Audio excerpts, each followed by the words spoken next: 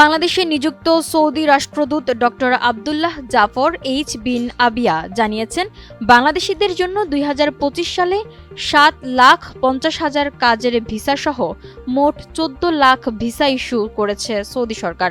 রোববার ২২ ফেব্রুয়ারি পররাষ্ট্রমন্ত্রী ডক্টর খলিলুর রহমানের সঙ্গে সাক্ষাতের সময় সৌদি রাষ্ট্রদূত এসব কথা জানান। এ সময় তারা পারস্পরিক স্বার্থ সংশ্লিষ্ট বিভিন্ন বিষয়ে আলোচনা করেন। ডক্টর আবদুল্লাহ সৌদি সরকারের পক্ষ থেকে বাংলাদেশের প্রতি শুভেচ্ছা পৌঁছে দেন এবং সৌদি আরব বাংলাদেশ দ্বিপাক্ষিক সম্পর্ক আরও জোরদার করার প্রতিশ্রুতি ব্যক্ত করেন। আলোচনায় আরও বলা হয়, সৌদি আরবে অনেক উন্নয়ন কাজ চলছে বলে দক্ষ ও আধা দক্ষ কর্মীদের কাজের সুযোগ রয়েছে।